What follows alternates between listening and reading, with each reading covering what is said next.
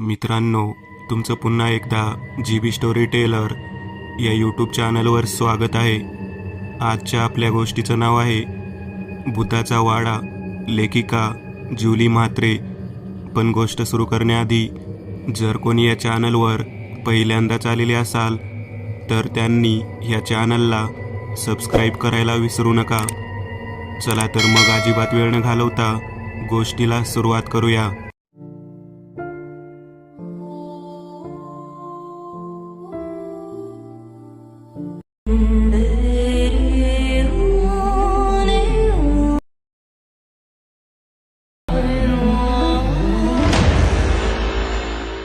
दिव्यांश आणि मीरा दोघांमध्ये जेमतेम 3 महिन्यांचं अंतर, पण तो थोडा रागीट आणि ती जरा जास्त शांत. तसं दोघांचं जमून जायचं.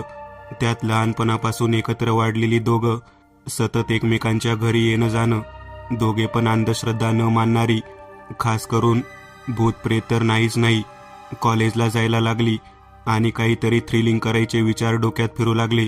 आणि असंच नाव निघालं ते बरंच लांब, म्हणजे किमान 300-400 किमी अंतरावर असलेल्या जुन्या ऐतिहासिक वाड्याचा. कोणीतरी म्हणे तिथे भूत आहे.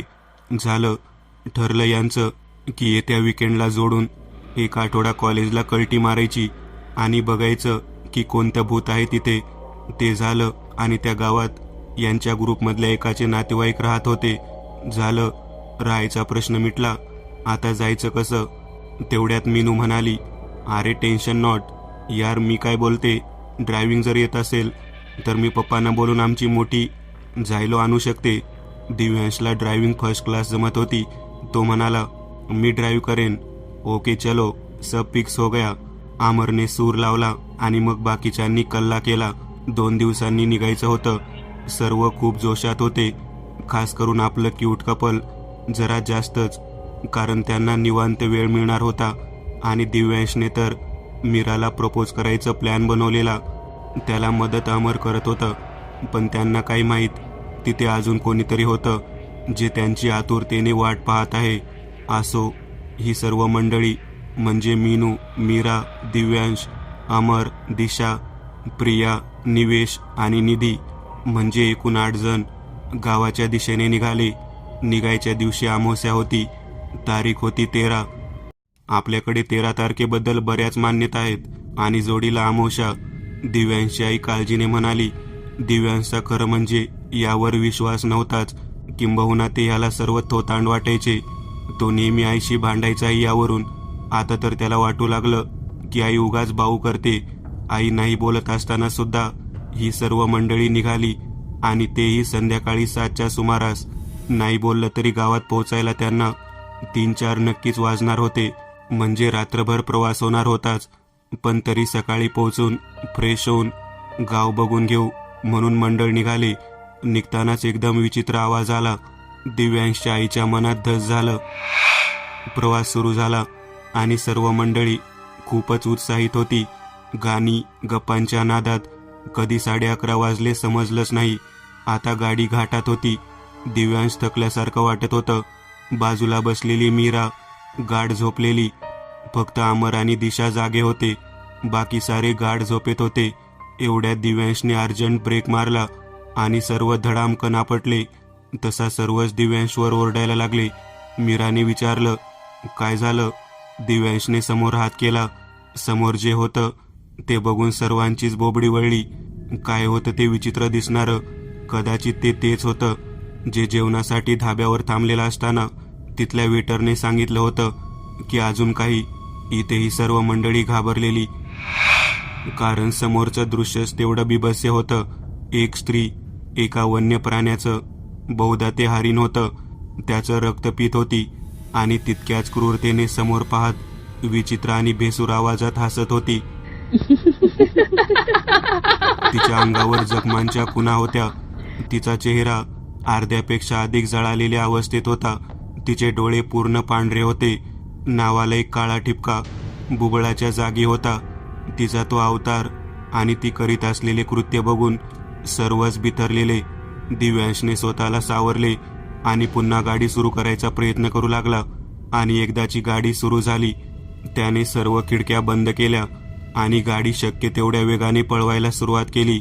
4-5 तासांचा पल्ला त्यांनी 2 तासात गाठला. गाडी सुरू झाली तरी ती स्त्री बऱ्याच अंतरापर्यंत गाडीच्या बरोबरीने धावत होती. दिव्यांश देवाचे नाव घेऊन गाडी शक्य तेवढ्या वेगाने पळवत होता. ते गावच्या वेशीवर पोहोचले आणि एक आर्त किंकाळी ऐकू आली. ती किंकाळी हवेत विरून गेली. ती कोण होती हा प्रश्न सर्वांनाच पडला होता. तरी दिव्यांशने सर्वांना समजावले की एक वाईट स्वप्न म्हणून विसरून आपण आपली पिकनिक एन्जॉय करू. सर्वांनाच ते पटले, पण भीती अजूनही होतीच. मुक्कामाच्या जागी पोहोचल्यावर सर्वांनी आधी थोडे झोपायचे असं ठरले. रात्रभर प्रवास आणि त्यात ते बिभत्स्य दृश्य गोठून टाकणारे होते. त्यांची झोपमोड झाली ती दार वाजल्याच्या आवाजाने. एक 50-55 वयाची व्यक्ती तिथे होती. कोण तुम्ही? काय हवंय? मीराने विचारलं. तशी ती व्यक्ती मोठ्याने हसून म्हणाली, ओळखलं नाही जी, मी पाटील. अहो, तुमच्या समध्यांची ही तर राहायची सोय मॅच करणार होतो. आठवलं की नाही काही? जाऊ दे, नग डोसक्यावर ताण घेऊसा. आता इथंच आहेसा तुम्ही. व्हाईल ओळख हळूहळू. या आत या पाटील. दिव्यांशने त्यांना आत बोलावले. तसे ते आत आले. आणि बरं का पोरांनो, जेवणाची चिंता नका करूसा. ही कुमूद करल समद तुमचं. लय झाग बनवते समद. चव हाय पोरीच्या हाताला. ये पोरी, अशी आत ये. तशी एक 19-20 वर्षांची मुलगी आत आली. बांध्याने नाजूक, काळी सावळी होती, पण खूप तरतरीत आणि सुंदर होती. बरं, येतो मी. आता वावराकडे जायला पाहिजे. आजचा दिस आराम करा. उद्याच्याला मी तुम्हासनी वावर आणि गाव धावतो, नाहीतर एखादा माणूस पाठवतो. पाटील निघून गेले. कुमुदने बनवलेले पोहे आणि दुपारचं जेवण खूप छान झालं. नंतर सर्वांनी गप्पा मारल्या. मीराने कुमुदला सर्वांची ओळख करून दिली. तसं अमर तिला म्हणाला, तू आम्हाला जीजी नको करत जाऊ. नावाने हाक मार. तू आमच्याच वयाची आहेस.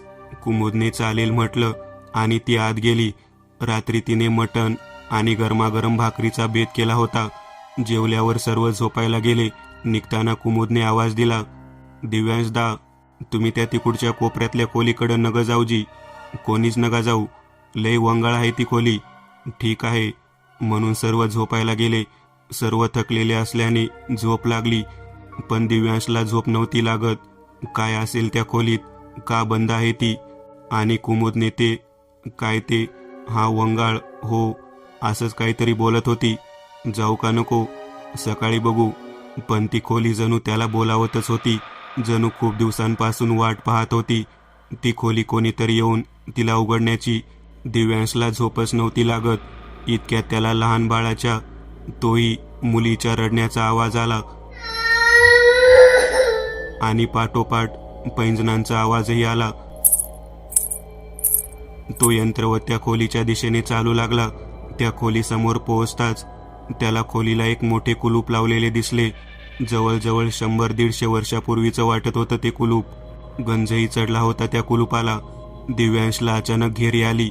शुद्धीवर आला तेव्हा तो त्याच्या खोलीत बेडवर होता आणि बाकी सर्व त्याच्या आजूबाजूला होते. कुमुदने त्याला चहा दिला. तो पिल्यावर त्याला तरतरी आली. तशी कुमुद त्याला बोलली, त्या खोलीकडं नगा जाऊ बोलले होते ना मी. मग का गेला जी तुम्ही तिकडं? ती लय वंगाळ आहे ती खोली. तिथं ती. आणि अचानक ती थांबली. जणू काही लपवण्याचा प्रयत्न करत होती. कोणती? कुमुद सांग. अहो दादा, तुम्ही नाश्ता केलाच नाही. थांबा, मी बनवून आणते. आणि कुमुद निघून गेली. कोणती? जिच्याविषयी बोलताना कुमुद मध्येच थांबली. मी याचा शोध लावणार. एवढ्यात पाटील आले. काय पाहुणं, आता बरं वाटतंय ना? हो, बरं वाटतंय, दिव्यांश म्हणाला. पाटील, एक विचारू? विचारा की. एक काय 2 विचारा, पाटील हसत म्हणाले. त्याने घाटातील घटना सांगितली. तसे पाटलांच्या चेहऱ्यावरील हावभाव बदलले. ते म्हणाले, पोरांनो, नशीब थोर म्हणून वाचले तुम्ही समधी. ती हाडळ हाय. अशीच येणाऱ्या जाणाऱ्या सर्वांना छळत असते. आणि अमावस्याला तर 1-2 बळी घेतल्या बिगर गप्प नाही बसत ती डाकीन. आणि हो, त्या तिकडच्या खोलीकडं कशा पायी गेला होता जी तुम्ही? पुण्यांदी नगा जाऊ जी तिकडं. आणि गावात बाहेर फिरायला गेलात तर त्या नदीकडच्या वाड्याजवळ नगा जाऊ. येतो मी. काळजी घ्या. पाटील जाऊ लागले. तसं दिव्यांशने त्यांचा हात पकडला आणि म्हणाला, पण असं काय आहे तिथे? सांगा ना पाटील. नंतर सांगतो. आता मला वावरात जायचंय. उशीर होतोय. पाटील निघून गेले. ते काहीतरी लपवतायत आपल्यापासून असं दिव्यांशला वाटू लागले. काहीतरी रहस्य आहे त्या खोलीत आणि त्या नदीकडल्या वाड्यात. आपण शोध लावायचाच असा विचार करत तो झोपी गेला आणि सकाळी सर्व उठले तसं त्याने त्याचा बेत सांगितला. कुमुद दिशा घाबरलेल्या, पण दिव्यांशने त्याला सांगितले, आपण जाऊन बघू तर, नाहीतरी आपण इथे त्यासाठीच आलोय ना. तसं सर्वांनी होकार दिला. ठरलं, दुपारी जेवणानंतर जायचं. जेवण झालं आणि थोड्या वेळाने सर्व निघाले. त्या वाड्यापाशी पोहोचताच तिथं विचित्र आवाज येऊ लागले. आसपासचं वातावरण पण वेगळंच होतं. वाड्याचं मेन गेट ढकलताच एक मोठा आवाज झाला. ते त्या वाड्याच्या दरवाजाजवळ आले. त्याला एक मोठं कुलूप होतं. अगदी त्या खोलीला होतं तसंच, फक्त हे कुलूप थोडं मोठं होतं. बाकी नक्षीकाम तंतोतंत होतं आणि त्या कुलूपाला पण बरेच धागे दोरे दैवी चिन्ह लावले होते आणि एक मोठा त्रिशूळ होता. तो त्रिशूळ मीनूने खेचला तसं एक विचित्र हसण्याचा आवाज आला आणि त्या पाठोपाठ एक कांठाळ्या बसवणारा आवाज झाला आणि तिथलं एक झाड पडलं. खूप मोठं आणि जुनं झाड वाटत होतं ते. त्या त्रिशूलाच्या खालच्या बाजूला चावीसारखं काहीतरी होतं. अमरने ते दिव्यांशच्या लक्षात आणून दिलं. तसं दिव्यांशने ते कुलूप हातात पकडलं आणि अमरने त्यावरील दैवी धागेदोरे आणि चिन्ह बाजूला केली आणि त्या त्रिशूलाची खालची बाजू त्या कुलूपात घुसवलं. तसं कर्कश आवाज करत ते कुलूप उघडलं. अमरने ते कुलूप काढलं आणि दरवाजाची कडी खोलली आणि दार ढकललं. तसा एक उग्र दर्प सर्वांच्या नाकात आला. तसं मीनूने नाकावर हात ठेवला आणि बोलली, शी बाई, कुठे आलोय आपण? दिव्यांशने खुनेने तिला गप्प राहायला सांगितले. तशी ती तोंड वाकडं करत गप्प बसली आणि सर्वांच्या मागे चालू लागली. वाडा खूप मोठा आणि जुना वाटत होता आणि त्याचे बांधकाम दगड आणि लाकडात केल्याचं दिसत होतं. खूप बारीक आणि विचारपूर्वक वाड्याची आखणी आणि बांधणी केली होती. हॉलमध्ये खूप सारं जुनं सामान होतं. त्यात प्राण्यांची शिकार केल्यावर ठेवलेले त्यांची शिंग, कातडी, दात, जुन्या काळातील तैलचित्र होती. एका बाजूला तिपाई होती, त्यावर हुक्का होता. मधोमध एक भलं मोठं झुंबर लटकत होतं. हे सर्व वास्तूच्या पुरातन असण्याचं प्रमाण देत होतं. सर्व वाड्यात फिरू लागले आणि एका खोलीजवळ सर्वच थबकले. त्या खोलीतून उग्र दर्प न येता एक मंद सुगंध येत होता, अगदी घेत राहावा असा.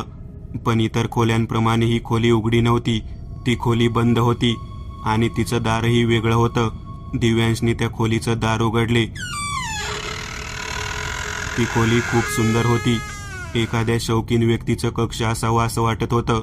तिथलं कपाट अमरने उघडलं तर त्यात असंख्य जुने दागिने होते आणि 2-3 चाळ होते आणि खालच्या बाजूला लहान बाळाची दुपटी होती आणि काही लाकडी खेळणी होती. दिव्यांशने सभोवार नजर फिरवली. तिथं एक पलंग होता, भक्कम असा पलंग, त्या काळची शान दर्शवत होता. एका बाजूला एक पाळणा होता. या सर्वावरून सर्वांनी निष्कर्ष काढला की ही नक्कीच एखाद्या स्त्रीची खोली असावी आणि त्यांनी ती खोली पाहायला सुरुवात केली. इतक्यात दिव्यांश म्हणाला, आज आपण जाऊयात आणि उद्या रात्री येऊ आणि इथेच राहून शोध घेऊ. दुसऱ्या दिवशी सर्वजण जेवण आवरून वाड्याच्या दिशेने निघाले. वाड्याजवळ पोहोचताच सर्वांना एकदम धक्काच बसला, कारण त्या बंद पडलेल्या वाड्यात सर्वीकडे प्रकाशमय वातावरण होतं. झुंबर पेटली होती, दिवे लावले होते, धूपदाण्यांतून मंद सुगंध दरवळत होता. आसपासची सुकलेली झाडे झुडपे ताजी टवटवीत दिसत होती. अगदी सतत वावर असल्यासारखा वाडा दिसत होता. सर्वांना खूप मोठा धक्का बसला होता. कुमुद, परत चला, आपण पुढे नको जाऊया, ती आहे तिथं, असं काहीतरी बरळत होती. दिव्यांशने ठरवलं की आपण पुढे जायचं. हे नक्की काय आहे आणि का आहे याचा शोध घ्यायचा. त्याने तसं सर्वांना सांगितलं आणि तो वाड्याच्या आत गेला. त्याच्या मागोमाग बाकीचेही आत गेले. तो वाडा खूप वैभवशाली दिसत होता, अगदी एखाद्या राजवाड्यासारखा. सर्व वाड्यात रोषणाई केली होती. सर्व बाजूला दिवे, झुंबर होते. आदल्या दिवशी ज्याचं भकास रूप पाहिलेलं तोच हा वाडा. यावर विश्वासच नव्हता बसत कोणाचाही. अगदी दिव्यांशही हादरला होता या सर्व प्रकाराने. तेवढ्यात गोड मंजूळ आवाजात कोणीतरी गाणे गात असल्याचा आवाज आला. आणि त्या पाठोपाठ घुंगरांचा आवाज आला. तो आवाज त्याच खोलीतून येत होता. सर्वजण तिकडे धावतच गेले.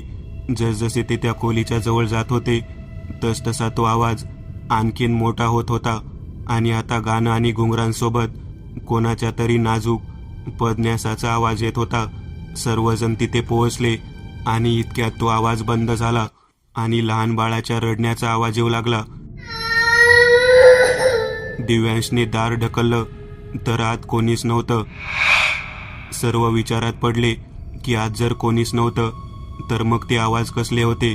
त्यांनी पूर्ण रात्र त्याच खोलीत थांबण्याचा निर्णय घेतला. मीराचे लक्ष त्या पाळण्याकडे गेले. त्यात एक सुंदर आणि गुटगुटीत बाळ होतं, खूप गोड. मीराला शॉक बसला. थोड्या वेळापूर्वी इथे कोणीच नव्हतं. मीराने ते बाळ दिव्यांशला दाखवलं. त्यालाही धक्काच बसला. ते बाळ एका गुलाबी कापड्यात गुंडाळलेलं होतं. त्याच्या डोक्याला कुंची होती, पायात वाळे होते, हातात चांदीचे कडे होते आणि गळ्यात मोत्याची माळ होती. अगदी राजबिंड होतं ते बाळ.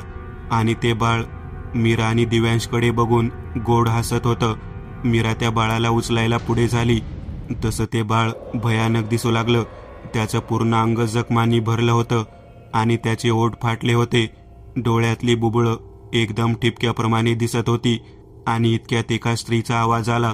माझ्या बाळाला नका दूर करू माझ्यापासून, त्याला नका मारू, मी त्याला घेऊन दूर निघून जाईन, आम्हाला जाऊ द्या, दया करा. सर्वच त्या प्रकाराने घाबरलेले. कुमुद बोलली. ती आली, आता आपलं काही खरं नाही. इतक्यात ते बाळ हवेत उचललं गेलं आणि ते जिन्याच्या दिशेने जाऊ लागलं. त्याच्या मागोमाग सर्वजण तिकडे गेले. त्यांना जे दिसलं ते पाहून सर्वांच्या अंगावर काटा आला. काय होतं ते नक्की? खरं होतं की एखादं वाईट स्वप्न होतं? कोणीतरी त्या बाळाचा गळा आवळत होतं. ते बाळ खूप केविलवाणं दिसत होतं. त्याची झटपट चालली होती आणि एक स्त्री त्या व्यक्तीच्या हातापाया पडत होती. माझ्या बाळाला सोडा, आम्ही इथून खूप लांब जाऊ, पुन्हा कधीच येणार नाही, तुम्ही आम्हाला जाऊ द्या. मी वेश्या असले तरी स्त्रीच आहे आणि या बाळाची आई आहे. माझं मातृत्व माझ्यापासून नका हिरावून घेऊ. असं काहीतरी चालू होतं. इतक्यात ते सर्व दृश्य नाहीसं झालं आणि वाडाही पुन्हा भकास दिसू लागला. तेव्हा सर्वांच्या लक्षात आलं की पहाट झाली आहे आणि मग सर्व पुन्हा घरी जायला निघाले. वाड्याबाहेर आले तेव्हा पाटील तिथं उभे होते. त्यांच्यासोबत 4-5 गावकरी पण होते. सर्वजण चिंतेत दिसत होते. या सर्वांना बाहेर आलेले पाहताच त्यांचा जीव भांड्यात पडला. आधी ते या सर्वांना घेऊन घरी आले आणि त्यांनी आधी एका भक्ताकडून पूजा करून घेतली आणि पूजेचा अंगारा सर्वांना लावला. आणि मग ते बोलले, पोरांनो, आज तुम्ही देवाच्या कृपेने वाचलात, नाहीतर त्या वाड्यात राज्याला काय, भर दिवसा गेलेलं माणूस बी कधी कधी परत नाही आलं. तुमचं नशीब थोर आणि पुण्याई बी, नाहीतर त्या बयाच्या तावडीतून कोण बी आज पतूर परत नाही आलं. त्यावर दिव्यांशने विचारलं, काय ती चालवले पाटील तुम्ही? कोणती? आणि ते बाळ, त्याचं काय झालं? मला सर्व सांगा. काहीतरी लपवताय तुम्ही आमच्यापासून. आणि ती तिकडची खोली, तिचा पण संबंध आहे ना त्या वाड्याशी? बोला, आहे ना? काय झालं होतं त्या वाड्यात? सांगा, नका लपवू आता. आम्ही पुन्हा त्या वाड्यात जाणार आहोत.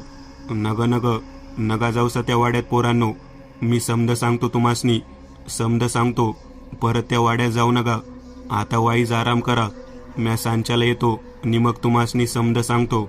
रातभर जागी हायसा तुम्ही समधी. संध्याकाळी पाटील आले. एवढ्यापर्यंत सर्व आराम करून फ्रेश झाले होते. पाटलांनी सर्वांना देवीचा अंगारा लावला आणि त्यांनी कुमुदला आवाज दिला, कुमुद, ए पोरी, जरा चहा टाक ग सर्वांसाठी. फकडसा. कुमुद किचनकडे वळत म्हणाली, हो टाकते, बसा जरा तुम्ही समधी. तोपर्यंत सर्व येऊन हॉलमध्ये बसली होती. कुमुदने चहा बनवून आणला. दिव्यांश म्हणाला, पाटील, आता तरी नका लपवू, सांगा आम्हाला ते सर्व काय होतं जे आम्ही काल रात्री पाहिलं. कोण होती ती स्त्री? कोणाचं बाळ होतं ते? आणि ते लोक त्या बाळाला का मारत होते? सांगा पाटील. आणि ती कोपऱ्यातली खोली आणि त्या वाड्याचा काय संबंध आहे? पाटलांच्या चेहऱ्यावर घाम आला होता. त्यांचे पाय लटपटत होते. दिव्यांशने त्यांना हात लावला तसे ते एकदम दचकले आणि म्हणाले, सांगतो तुम्हासनी समद. सांगितल्या बिगर पर्याय नाही आता, कारण तुम्हासनी आता एका मोठ्या संकटाचा सामना करावा लागल तेव्हा चांगलंच पाहिजे तुम्हासनी, नाहीतर तुम्हा समद्यांच्या जीवाचा धोका आहे. आम्ही तयार आहोत. सांगा तुम्ही पाटील. हो सांगतो, ऐका तर. आता समधी नीट ऐका. त्या खोलीशी खूप जवळचा संबंध आहे त्या वाड्याचा. तो वाडा तिच्यासाठी बांधलेला. आता तुम्ही म्हणाल ती कोण, तर सांगतो, मी समद सांगतो. पण त्यासाठी आपल्याला आधी भूतकाळात जावं लागेल, म्हणजे 170 वर्ष मागे. हो, ही गोष्ट 170 वर्षापूर्वी घडलेली आहे. तेव्हा राजेशाही अस्तित्वात होती आणि आमच्या गावाचं राज होतं महाराज प्रतापराव सांजेकर. आमचं गाव एक स्वतंत्र राजाचा भाग होतं. महाराज खूप शूर, दयाळू, स्वाभिमानी, प्रजाहित दक्ष होते आणि ते कलाप्रेमी होते. त्यांच्या पत्नी महाराणी शिवांगी देवी पण अगदी दयाळू, प्रेमळ, मायाळू होत्या. त्यांना गोरगरिबांची चिंता होती. त्या रोज गोरगरिबांना अन्न, वस्त्र दान करत असत. त्यांनी कित्येक धर्मशाळा बांधल्या होत्या. त्या देवभोळ्या होत्या. देवावर खूप श्रद्धा होती. त्यांनीच ते गावातलं देवीचं आणि शंभूदेवाचं देऊळ बांधलं. त्यांना जुळीच्या मुली होत्या, वैदेही आणि मैथिली. त्या पण आईवडिलांप्रमाणेच गुणवान होत्या आणि दोघी पण दिसायला खूप सुंदर होत्या. असंच एकदा ते उत्तर भारतात दौऱ्याला गेले होते. तेव्हा जाताना ते त्यांचे मित्र शिवापूरचे राजे शिवराम यांच्याकडे 4-5 दिवस थांबणार होते आणि ते थांबलेही. तेव्हा आपल्या लाडक्या मित्रासाठी महाराज शिवरामांनी नाचगाण्याचा कार्यक्रम ठेवला, कारण त्यांना महाराजांचं कलेविषयीचं प्रेम आणि वेळ माहीत होतं. रात्रीच्या वेळी चंद्रप्रकाशात नृत्याचा कार्यक्रम होता. भोजनानंतर सर्व स्त्रिया आणि लहान मुले आपापल्या कक्षात झोपायला गेली आणि पुरुष मंडळी बागेत नृत्य पाहावयास जमली. सर्वजण आपापल्या गप्पात मग्न असतानाच घुंगरांचा आवाज आला आणि सर्वजण स्थिर होऊन बसले. ती आली. तिने पदर ओढून चेहऱ्यावर घेतल्याने तिचा चेहरा पूर्ण नव्हता दिसत. तिचे ओठ दिसत होते. एकदम बारीक, गुलाबी, नाजूक ओठ आणि हनवटीवर छोटासा तीळ होता. तिने पदन्यास करण्यास सुरुवात केली आणि एका नाजूक झटक्यासरशी पदर उडवला आणि काय, सर्व पुरुष बघतच राहिले. तिचे ते सुंदर बारीक काजळ आखलेले डोळे, गुलाबी सरगाल, चापेकळी नाक, खूप सुंदर होती ती. जणू स्वर्गातली अप्सरा धरतीवर उतरलीये. आणि नृत्य संपले आणि ती जात असताना आमच्या महाराजांजवळ अडखळली आणि ती पडणार एवढ्यात महाराजांनी तिला सावरले आणि महाराज तिच्यात गुंतून गेले. या सर्वात तिचा मोठ्या कष्टाने बांधलेला केश सुंबार सुटला आणि तिचे जमिनीपर्यंत लांब, काळे, कुरुळे केस सुटले. तिने तसेच ते सावरले आणि धावत तिच्या महालाकडे गेली. महाराज पाहतच राहिले तिच्या महालाच्या दिशेने आणि त्यांच्या मित्राने हे हेरलं आणि निघताना ते महाराजांकडे आले आणि म्हणाले, प्रतापराव, आम्ही तुमच्यासाठी एक भेट देत आहोत, ती स्वीकारा. महाराजांनी सहज विचारलं, कोणती भेट? तर त्यांनी हसतच दरवाजाकडे पाहत टाळी वाजवली आणि आवाज दिला, मेनका, ये आत. तशी ती आत आली आणि महाराजांच्या तोंडून नकळत शब्द निघाले, हा, खरंच ही मेनकाच आहे, खूप सुरेख. तसे शिवराम महाराज पटकन हसून म्हणाले, म्हणून तर तुम्हाला भेट दिलीये. मग मेनका पूर्ण उत्तर भारत महाराजांबरोबर फिरली आणि याच काळात दोघे एकमेकांवर प्रेम करू लागले. थोड्या महिन्यांनी महाराज मेनकाला घेऊन राजधानीत परत आले. त्यांनी तिच्यासाठी महाल बनवून घेतला आणि त्यानंतर ते जास्तीत जास्त काळ तिच्या महाली घालवू लागले. अशात प्रजेकडे दुर्लक्ष होऊ लागले.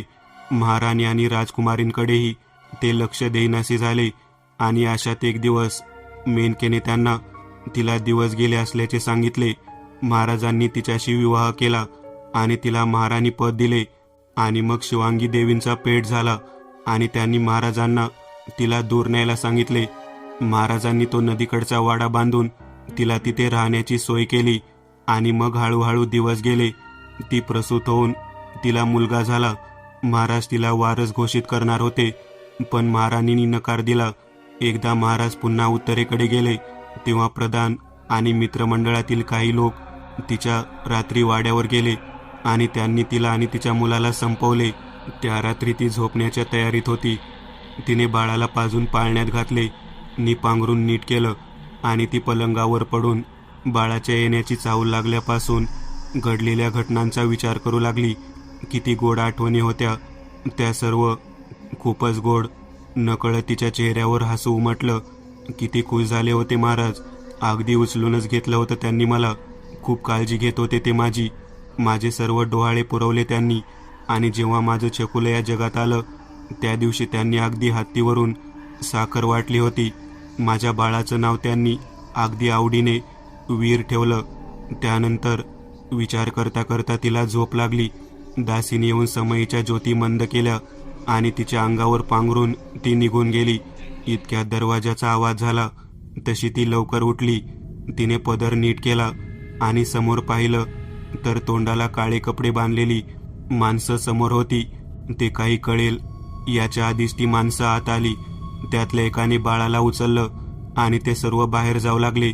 तिच्या काही लक्षात येईल त्याच्या आधीच ते बाळाला घेऊन गेले होते. ती धडपडत त्यांच्या मागे जाऊ लागली. ती जवळजवळ ओरडत त्यांच्या मागे गेली. कुठे नेताय त्याला? सोडा माझ्या बाळाला. ती माणसं खाली गेली आणि त्यातला एक बाळाचा गळा दाबू लागला. तशी ती खूप घाबरली आणि ती बाळाला त्यांच्या तावडीतून सोडवण्याचा प्रयत्न करू लागली. पण त्यांच्या पुढे तिचा निभाव लागला नाही आणि तिचं ते बाळाने एक आर्त टाहो फोडून प्राण सोडले. त्या माणसांनी त्याची मुकल्याचा तो निष्प्राण देह फेकून दिला आणि तिच्याकडे मोर्चा वळवला. ती खूप दुःखी होती, हातबल होती. आज तिच्यातली आई हरली होती. तेवढ्यात एकाने तिचे केस खेचले आणि दुसरा तिच्या समोर नाचवत तिला हिनवू लागला. खूप मात चढलाय ना तुला तुझ्या सौंदर्याचा. तेच नष्ट करतो बघ आता. तुझ्यामुळे राज्यावर अवकळ आलीये. महाराणी आणि राजकुमारींना वनवास भोगायला लागले. आता नाही. खूप सहन केला मी. आणि त्याने तिचे केस कापले. नंतर तिचा चेहरा काचेने खरवडून खराब केला. तिच्या देहाचा उपभोग घेतला. तिला त्याच अवस्थेत सोडून ते निघून गेले. ती उठली. तिने तिच्या बाळाचा तो निष्प्राण देह घेतला आणि तिथेच वाड्याच्या मधोमध खड्डा करून पुरलं. आणि तिने ते केस उचलले आणि एका पेटीत भरले आणि ते घेऊन तिने वाड्यात लपवले. कुठे ते कोणालाच माहीत नाही. ते केस तिच्या मुक्तीचं साधन आहे. तिला स्वतःच्या शरीराची किळस आली होती. तिने स्वतःला पेटून घेतलं आणि जाता जाता तिने जे शब्द उच्चारले ते पूर्ण गावात गुंजत होते. ते असे होते, मी सोडणार नाही कोणालाच. त्यांना जे माझ्या आणि माझ्या बाळाच्या मृत्यूला कारणीभूत आहेत. महाराजांना असं सांगण्यात आलं की ती बाळाला घेऊन निघून गेली. खूप शोध घेऊनही सापडली नाही. त्यानंतर काहीच महिन्यात सर्व मित्रमंडळातील माणसं अचानक मृत्यूला प्राप्त झाले. मग महाराजांनी या गोष्टीचा छडा लावण्याचा निर्णय घेतला. जे समोर आलं त्याने त्यांना धक्काच बसला. ते सहन करू शकले नाही आणि त्यांचा मृत्यू झाला. गावातल्या लोकांनी मांत्रिकाकडून तिला त्या वाड्यात कैद केले आणि इथे या खोलीत तिचं सामान होतं. त्यामुळे या खोलीला पण बांधून घेतलं. तुम्ही तिला मुक्त केलंय. आता ती काय करेल सांगता येत नाही पोरांनो. काय होईल आता देवाक माहीत बाबा. त्या दिवशी सर्वच घाबरलेले. पाटलांनी सांगितलेल्या वाड्याचा इतिहास होताच तितका भयंकर की ऐकणारा जागीच थिजून जाईल. सर्वांच्या चेहऱ्यावर भीती दिसत होती. स्वतः दिव्यांशला घाम फुटला होता. पण तिने ते केस कुठे लपवले असतील हा प्रश्न पडलेला सर्वांना. आता काय करायचं मीराने विचारलं. तसा दिव्यांश पटकन बोलला, तिला मुक्त करायचे आपण सर्वांनी मिळून. आमरची फाटलेली पण सर्व हो बोलले म्हणून त्यानेही होकार दिला. दिव्यांशने पाटलाकडे वळत विचारले, तुम्हाला काही कल्पना आहे का तिचे केस कुठे असतील? तसे पाटील बोलले, वाड्यातच असतील कुठेतरी. पण तिथं जाईल कोण र पोरांनो? आम्ही जाऊ. आम्हीच तिला वाड्यातून सोडवलंय ना, मग तिला मुक्ती पण आम्हीच देऊ. बरं, पण पोरांनो हे समजा आमुष्याच्या आधी झालं पाहिजे, नाहीतर आपलं नाही. समध्या गावाचं काही खरं नाही. आपण उद्या सकाळच्या वेळी वाड्यात शोध घेऊ आणि अंधार पडायच्या आत परत येऊ. हो, असंच करू. दुसऱ्या दिवशी सकाळी सर्व वाड्याच्या दिशेने गेले. त्यांच्याकडे पाटलांनी दिलेली मुळी होती ज्यामुळे भूताकेतांपासून रक्षण होते. ते सर्व वाड्याजवळ आले. देवाचं नाव घेऊन सर्वांनी वाड्यात पाऊल टाकलं आणि समोर जे दृश्य होतं ते पाहून ते नकशिंकात हादरले. ती त्यांच्या समोर होती. किती सुंदर होती ती. जणू सर्व सौंदर्य निसर्गाने तिलाच बहाल केलंय. पण अचानक तिचं रूप बदललं. तिचे केस कोणीतरी कापल्यासारखे सपकन तुटून खाली पडले. तिचा चेहरा जखमांनी आणि रक्तांनी भरला अंगा खांद्यावर सर्वत्र जखमा होत्या. ती विवळत होती. मीराला तिची दया येत होती, पण दिव्यांशने तिला पुढे जाऊ नको म्हणून खुणावले आणि तो जरा मोठ्यानेच म्हणाला, तू का त्रास देते सर्वांना मेनका? तुला आणि तुझ्या बाळाला मारणारे आता या जगात नाहीत. तू आता त्यांच्या निष्पाप वंशजांना का छळतेस? सोड त्यांना. तू जा तुझ्या दुनियेत. हे जग तुझ्यासाठी नाही. तशी ती झपकन त्यांच्या समोर आली आणि बोलली, माझ्या लेकराची काय चूक होती? सांगा ना तुम्ही. नव्हती चूक. एवढंच कसं बसं बोलला दिव्यांश आणि तिच्या पुढे हात जोडले. सोड. गावातल्या निष्पाप जीवांना मारून काय मिळेल तुला? तशी ती कुठे गायब झाली कोणाला समजेना. पण एक आवाज गुंजला, या येणाऱ्या अमावस्याला मी सर्व गाव मिटवेन. त्यात एकही माणूस जिवंत राहणार नाही. बघा तुम्ही सर्व आता. आणि वाड्यात एक बेसूर हास्य घुमू लागलं. त्यांनी सर्वीकडे बघितलं. शेवटी ते त्या तिच्या खोलीत गेले. तिथे कपाटात एक पेटी होती. खूप सुरेख होती ती पेटी. ती अमरने सर्वांना दाखवली. जसं त्याने ती पेटीला हात लावला तसं एक जोराचा आवाज झाला आणि ती पेटी हवेत उडू लागली. दिव्यांशने रामरक्षा म्हणण्यास सुरुवात केली. तशी ती पेटी धपकन जमिनीवर आपटली. आपल्याला हवं होतं ते याच पेटीत असेल असं म्हणून दिव्यांशने ती पेटी उचलली आणि सर्वजण वाड्यातून बाहेर पडले. घरी आल्यावर त्यांनी त्या पेटीचे कुलूप तोडले आणि त्यात खरंच केस होते. अगदी रेशमासारखे मऊ, लांब, काळे कुरुळे. मीरा झटकन हात लावण्यास गेली. दिव्यांशने तिला मागे खेचले आणि म्हणाला, आता आपल्याला फक्त तिचं शरीर जळलं होतं तिथली माती हवी, कारण त्यात तिचा अंश असेल. मग आपण एक केस आणि ती माती विधीपूर्वक दहन करू, म्हणजे तिला मुक्ती मिळेल. त्या दिवशी रात्री सर्व झोपायला गेले आणि अचानक सर्व घरात किंचाळ्या ऐकू येऊ लागल्या. सर्व खाली आले तर हॉलमध्ये सर्वीकडे रक्त पसरलेले आणि त्या रक्तात केस होते, अगदी तिच्या केसांसारखेच. सर्वजण खूप घाबरलेले. दुसऱ्या दिवशी मांत्रिकाला बोलावून घेतलं आणि ती जळली होती. तिथली माती आणण्यात आली आणि एक चिता रचण्यात आली. त्यावर ते केस आणि माती ठेवली. मांत्रिकाने काही विचित्र मंत्र मोठमोठ्याने म्हणण्यास सुरुवात केली आणि कुंकवाने त्याने एक मोठा घेरा बनवला आणि सर्वांना निक्षून सांगितले की काही झालं तरी इथून बाहेर पडायचं नाही. सर्वांनी माना डोलावल्या. तसं त्याने पुन्हा मंत्र म्हणत हवनकुंडात आहुती देण्यास सुरुवात केली. त्याने त्या केसांपैकी काही केस घेतले आणि त्यांची आहुती तो देऊ लागला. सर्वजण खूप घाबरले होते. इतक्यात अमरने एक बाजूला बोट केले आणि म्हणाला, दिव्यांश, ते बघ पाटील, त्यांना काय झाले बघ, ते पडले तिथे. दिव्यांशने त्याला गप्प राहण्यास सांगितले. अमरला राग आला. तो रागात दिव्यांशला शिव्या देत घेऱ्याबाहेर पडला. तसं समोरचं दृश्य बदललं. तिथे ती होती. तिने अमरला हवेत उडवलं आणि एका बाजूला आपटलं. पुन्हा उडवलं, पुन्हा आपटलं. अमर मदतीसाठी ओरडू लागला. तसे सर्वच घेऱ्याबाहेर पडले आणि ते अमरला उचलायला गेले.